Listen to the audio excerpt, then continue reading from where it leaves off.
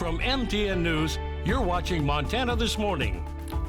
Welcome back. It is 6:52 here on our Friday. We appreciate you waking up with us. Joining us live here in studio this morning, Montana's senior senator, Democrat Jon Tester. Of course, from Big Sandy, you've held a seat in the Senate many years now, since 2007. Serves as chairman of the Senate Veteran Affairs Committee, member of the Senate Commerce Committee, Indian Affairs, Banking and Appropriations Committee.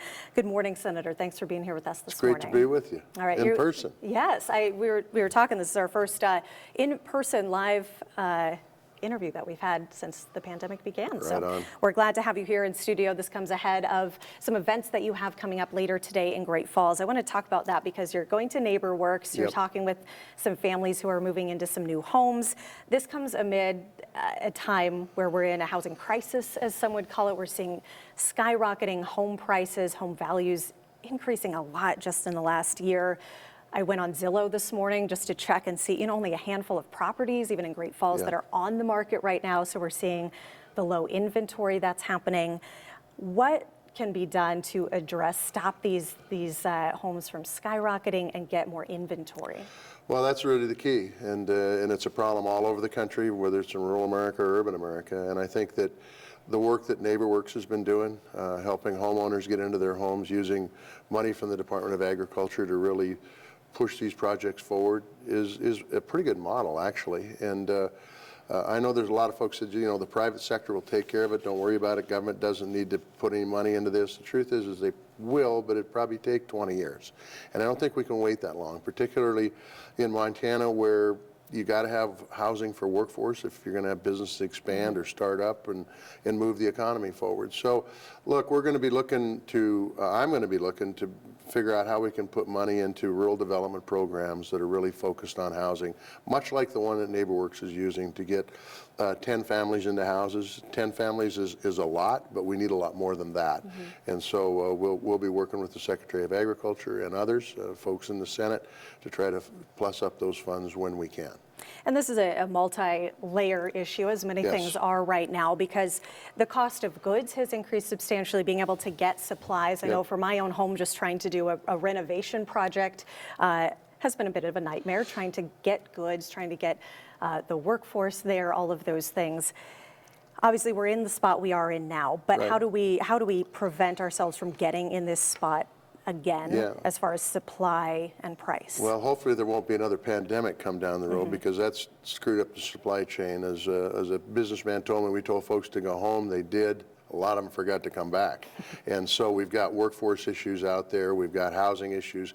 And by the way, those workforce issues create a situation where you can't get dimension lumber, you can't get a lot of things that you use to remodel your house or build a home. And so we've got to really invest in workforce training in the country. And you had a snippet on about the Air Guard. We need to do those kind of things for businesses too, so that kids that are in college or in high school even can understand that there's opportunities out there if you get the right training to make a good life for yourself and have a good paying job. And then I think it's going to take time, and the supply chain stuff will take time across the board, but it's a better problem to have than too much supply and no demand. And what we have right now is we got a lot of demand and we don't have enough supply, and it's causing the inflation rate to go up pretty significantly. And we need to do what we can do in the area of workforce training, in the area of housing, and other things to try to create some supply so the demand will eventually go down. Sure, and we're seeing, you mentioned inflation and prices. Obviously, that's not isolated to one sector. We're seeing that across the board. We're seeing it. I want to talk about our number one industry, our ranchers and our farmers. We're seeing meat prices that have gone up a lot, not only for the consumer, but that affects the rancher as well. What's being done to help address those high prices, to help our ranchers as well? You would hope that the high prices at the grocery counter would transfer to the cow-calf folks and the small and medium-sized feeders. It has not. And the packers are making real good money at the expense of production agriculture in places like the state of Montana. So what we're doing is we've got a number of bills to put more transparency on the 4 biggest packers that control over 80% of the meat that's supplied in this country. I think if we put more transparency on the industry, make sure that they're obeying the law and not doing antitrust activities, making sure that we're supporting existing small processors so that they can grow and get bigger, put more competition in the marketplace. All 3 of those things will help not only the consumer at the grocery counter, because I think it'll lower costs, but I think it'll make it a fairer bargain for the folks who are in the cow-calf industry and bump their prices up. What we're seeing right now is really pretty rough for the cow-calf guys. Their prices haven't risen much because of the drought. Hay prices are through the roof. It's tough to make the books balance in situations like that. I've got those two bills, which I think are going to get floor time because they're going to get an ag hearing when we get back after Easter. They're with Fisher and Grassley and Wyden and myself. We get those bills done, I think we're going to be well on the way to making sure rural America can survive and making sure the consumer gets a fair break. And one of the issues facing when we talk about our farmers, obviously Montana, a huge exporter, producer of things like wheat and barley. We look at the transportation of getting the wheat and barley to the places it needs to go. And there's some concern right now when it comes to BNSF, and some organizations have expressed concern about pretty significant weeks and weeks long delays with BNSF and some employment issues happening with BNSF.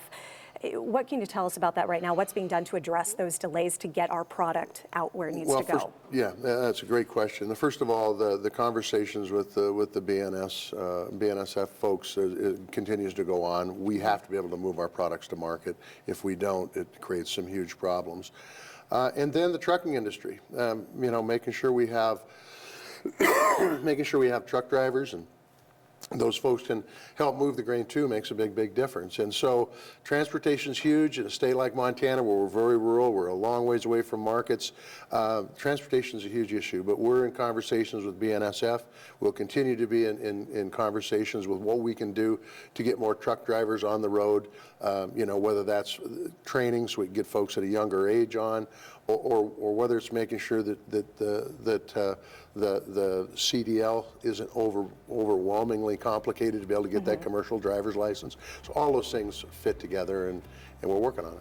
All right, well, Senator Jon Tester, of course, Montana's senior senator, the Democrat from Big Sandy, we appreciate you stopping by here in Great Falls to talk with us live, and we look forward to talking with you again in the near future. You bet, Shannon. Thank you. All right, thanks so much for joining us here on this Good Friday on Montana This Morning.